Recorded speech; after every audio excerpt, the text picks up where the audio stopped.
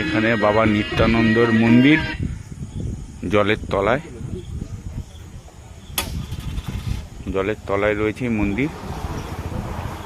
আপনারা ভালো করে দেখলে নিশ্চয়ই বুঝতে পারবেন।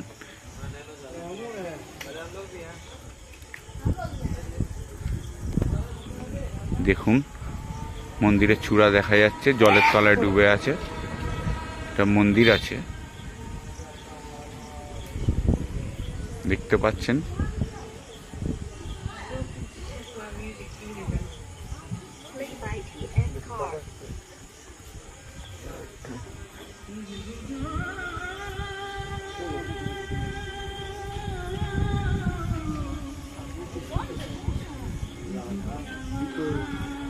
দেখুন লেখা আছে বাবা নিত্যানন্দের আশ্রম। জগন্নাথের মন্দিরের কাছে দেখবার মূর্তি আছে, মাজা দেখা, চ্যান দেখা, ঘাড় দেখা, উনি এখানে অন্তর্ধান হয়ে গেছে। আমরা কজন দর্শন করছি, আপনি এখানে বিলীন হয়ে গেলেন, আপনাকে আর খুঁজে পেলাম না। এই দেখছি স্কুল মন্দিরের কাছে নদী আছে, যমুনার তীরে আপনি সাঁতার কাটছেন। তাই বাঁকি বিহারী কৃষ্ণ ভগবান এখানে অন্তর্ধান হয়ে গিয়েছিলেন, যমুনার তীরে গিয়ে নিম কাঠ ওই ভেসে দিয়েছিলেন। ওই বাঁকি বিহারী জগন্নাথের মন্দিরের কাছে আছে, দেখবেন ওই এ নয়। আর নিত্যানন্দ প্রভু মায়ের বৃদ্ধ বয়স, গঙ্গার সাগর যাবো বলেছিলেন, প্রভু মাকে নিয়ে যেতে পারেনি। মায়ের শরীরের অবস্থা খারাপ, মায়ের সঙ্গের লোক সব চলে গেল, মাকে নিয়ে যেতে পারেনি। তার জন্য নিত্যানন্দ প্রভু হাঁটু গেড়ে সবাইকে আহ্বান করেছিলেন, যত তীর্থ গঙ্গার সাগরকে, যত তীর্থ গঙ্গার সাগর আছে সবাইকে হাঁটু গেড়ে আহ্বান করেছিলেন যে আমার মা বাবা চান করবে, আপনারা সকল মিলে ওখানে যাবেন। আপনারা দেখছি প্রভু দেখি পাড়াইছে, যায় না যেতে উপায় না। এক চক্র ধামে নিত্যানন্দ প্রভুর জন্মস্থানে দাঁড়িয়ে আছেন, গুপ্ত বৃন্দাবন এখন দর্শন করছেন বাবা। নিত্যানন্দ প্রভুর মা চান করা জায়গা, বাঁকি বিহারীর কৃষ্ণর মিলিন হওয়া জায়গা, যত তীর্থ হলো সারা, বাকি রইল হাঁটু গাড়া। আমাকে মোবাইলে পাবে, বলুন এক চক্র ধামে নিত্যানন্দ প্রভুর জন্মস্থানে হাঁটু গাড়ার জলের মন্দির দেখবো, এই কথাটা বলুন। দেখুন আমার যত লীলা খেলা করেছেন সেই ভাষণ বেরিতে লাগবে পরপর, বুঝতে পারলেন? এক চক্র ধামে নিত্যানন্দ প্রভুর জন্মস্থানে হাঁটু গাড়ার জলের মন্দির দেখবো।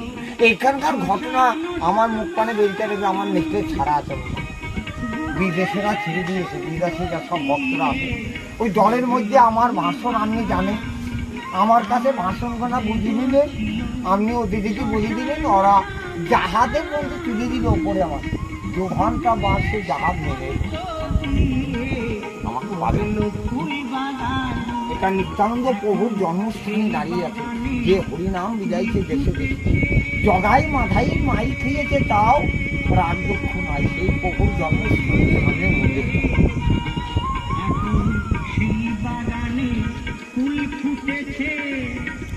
ভালো ভালো মন্দির আছে, দর্শন এখানে ভালো ভালো মন্দির আছে।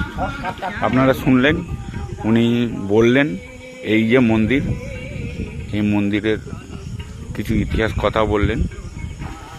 মন্দিরের চূড়া দেখা যাচ্ছেন। আপনারা তারাপীঠ এলে নিশ্চয়ই এইসব তীর্থস্থানগুলো ঘুরবেন। আপনারা তারাপীঠ থেকে আপনারা যে কোনো টোটো অটো বলবেন, ওনারা আপনাকে এইসব তীর্থস্থানে নিয়ে আসবেন। এখানে জগন্নাথ ধাম আছে, এখানে ইস্কনের মন্দির রয়েছে, নিত্যানন্দের মন্দির রয়েছেন। আপনারা আসবেন, আর এখানে ইনি থাকেন বাবাজি, এনার সঙ্গেও যোগাযোগ করবেন আপনারা। আপনার কথাগুলো শুনলাম, সত্যি কথা আপনি বললেন সব। আপনাকে অজস্র প্রভু আমি সবটা আপনাকে বলে দিচ্ছি। আপনি নেবেন কি নেবেন? হ্যাঁ বলুন, আপনি বলুন, বলবো? বলুন 5 মিনিট দেরি হবে বাবা। বলুন, আমরা রেকর্ড করছি আপনার কথা, হরে কৃষ্ণ হরে কৃষ্ণ। বলুন। এটা হলো বীরচন্দ্রপুর। বীরচন্দ্রপুর নিত্যানন্দ প্রভুর ছেলে নাম হলো বীরভদ্র, তার জন্য নিত্যানন্দ প্রভু নাম রেখেছেন বীরচন্দ্রপুর। এক চক্রধামে নিত্যানন্দ প্রভুর জন্মস্থানে গুপ্ত বৃন্দাবন এখন দর্শন করছেন। এক চক্রধাম নিত্যানন্দ প্রভুর জন্মস্থানে দাঁড়িয়ে আছেন, গুপ্ত বৃন্দাবন এখন দর্শন করছেন। তাই নিত্যানন্দ প্রভু মা বৃদ্ধ বয়সে বলেছিল, বাবা আমি খালি গঙ্গা সাগর যাব। প্রভু মাকে নিয়ে যেতে পারিনি। মায়ের যা শরীরের অবস্থা, গঙ্গা সাগর পৌঁছাবে না। মায়ের সঙ্গে লোক সবাই চলে গেল, মাকে নিয়ে যেতে পারিনি। তার জন্য মাকে বললো, মাগো তোমাকে আমি এখানে গঙ্গা সাগরে চান করাবো। কি করি করাবি বাবা? দেখো মা আমি কি করছি। সাধনায় বসি যত তীর্থ গঙ্গা সাগর আছে সবাইকে আহ্বান করলেন যে আমার মা বাবা চান করবে, আপনারা সকল মিলে এখানে পৌঁছাইতে হবে। যে যত তীর্থ গঙ্গা সাগরকে আহ্বান করি নিত্যানন্দ প্রভু এই কুণ্ডে নিয়ে এলেন। যে মা পদ্মাবতীকে হারাই পণ্ডিতকে চান করালো। সামনের মন্দিরটা নিত্যানন্দ জন্মস্থানের মন্দির। হারাই পণ্ডিতের ময়দানে দাঁড়িয়ে আছেন বাবা। জলে যে আছে বাবা বাঁকি বিহারী কৃষ্ণ ভগবান জগন্নাথের মন্দিরের কাছে আছে, দেখবেন মাজা বেঁকা, ট্যাং বেঁকা, ঘাড় বেঁকা, নামটো আবার বাঁকা। এই যত লীলা খেলা করিয়েছি বাঁকারাই শ্রীকৃষ্ণ শ্বাসে আমাদের এই মর্তে ভক্তর জন্য, এই পেটটা চালাবার জন্য ধানের চাষ করেছিলেন। এটা জমি ছিলেন, এই ধানের চাষ করেছিলেন। যে আমাদেরকে লিবার করেছে যে আমার এই জমিতে তোমরা খালি পরিষ্কার করো। তো আমরা পরিষ্কার করতে লাগলাম, উনি খাবার নিয়ে চলে এলো। এসে বললো, হারি যে আমার জায়গাটা আমার কতটা পরিষ্কার হলো। ওহো আমরা আজকে আর পারবো না, ঠিক আছে তোমরা খাবার খাও, আমি দেখে আসি কতটা আমার জায়গাটা তুমি পরিষ্কার করেছো। উনি দেখতে যেয়ে 10টা হাত বার করি জমিখানা পরিষ্কার করি, উনি ওখানে অন্তর্ধান হয়ে গেল। আর আমার বাবা, আপনার দাদু, আমার দাদু টবেসটা ধরে নিল যে না হবে আমাদেরকে করে খেতে হবে। কি বুঝতে পারলেন? জমিখানা পরিষ্কার করে ওখানে বিলীন হয়ে গিয়ে সুরঙ্গ হয়ে গিয়ে ইস্কন মন্দিরের কাছে নদী আছে, দেখবেন যমুনা নদী কদম ঘন্টের ঘাট। এইখান থেকে ইস্কন মন্দিরের কাছে নদী আছে, একটা ব্রিজ পেরিতে হবে, এটা যমুনা নদী। আচ্ছা, ওই যমুনার থেকে যেয়ে নিমকাঠ হয়ে ভেসে উঠেছিলেন ওই বাঁকি বিহারী। এখানে বিলীন হয়ে গেল, যমুনার তীরে যেয়ে নিমকাঠ হয়ে ভেসে উঠলেন। নিত্যানন্দ প্রভুর মার চান করা জায়গা, বাঁকি বিহারী কৃষ্ণর বিলীন হওয়া জায়গা। যত তীর্থ হলো সারা, বাকি রইল হাঁটু গাড়া। হরে কৃষ্ণ হরে কৃষ্ণ হরে কৃষ্ণ।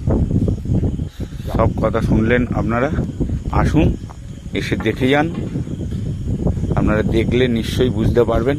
আপনারা এনার কথাও শুনলেন, শোনার পর আপনারা নিশ্চয়ই আসুন এই দেখুন মন্দির দেখে আপনারা এসে দেখে যান।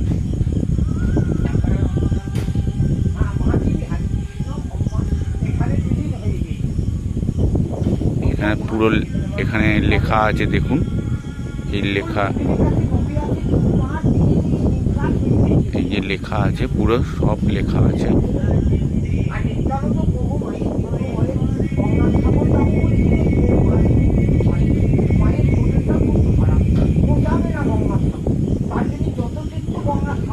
আপনারা দেখুন আর আসুন।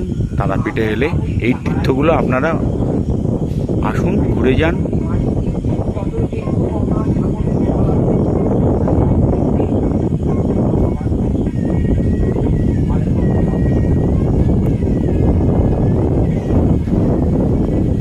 ভিডিওটা এই পর্যন্ত রাখলাম। ভালো লাগলে লাইক, কমেন্ট, শেয়ার করতে ভুলবেন না। আর আমাদের নেক্সট পেজ ফলো করুন। নিশ্চয়ই আমরা নতুন ভিডিও নিয়ে আসছি। লাইক, কমেন্ট, শেয়ার করতে একদম ভুলবেন না।